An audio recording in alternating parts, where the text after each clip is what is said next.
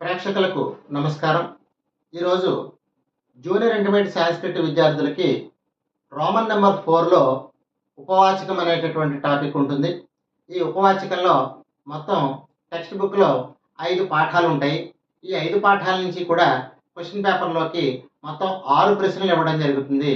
6 ప్రశ్నల్లోంచి కూడా 4 ప్రశ్నలు రాస్తే 8 మార్కులు వస్తాయి. అందులో మొదటి పాఠానికి సంబంధించినటువంటి ప్రశ్నలు ఇప్పుడు మీకు ఎక్స్ప్లెయిన్ చేస్తాను.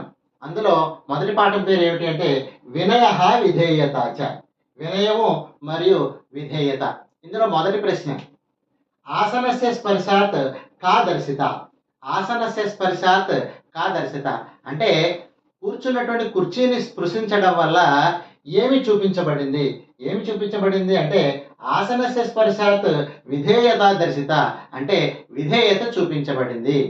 తర్వాత నారదేన సూచిత యోగ్య వరః కః అంటే నారదుని చేత సూచింపబడిన యోగ్యుడైనటువంటి వరుడు ఎవరు? నారదేన సూచిత యోగ్య వరః కర్దమః అంటే కర్దమః అంటే కర్దమ ఋషి అని అర్థం అనమాట అండి. తర్వాత రెండవ పాఠం చూద్దాం. మిత్రరత్నం. మొదటి ప్రశ్న అవదేశ కస్యాం కక్షాయాం ప్రథమ శ్రేణ్యాం ఉత్తీర్ణ అంటే అవధేశ అనేటటువంటి విద్యార్థి ఏ తరగతిలో ఉత్తమ శ్రేణిలో ఉత్తీర్ణుడయ్యాడు?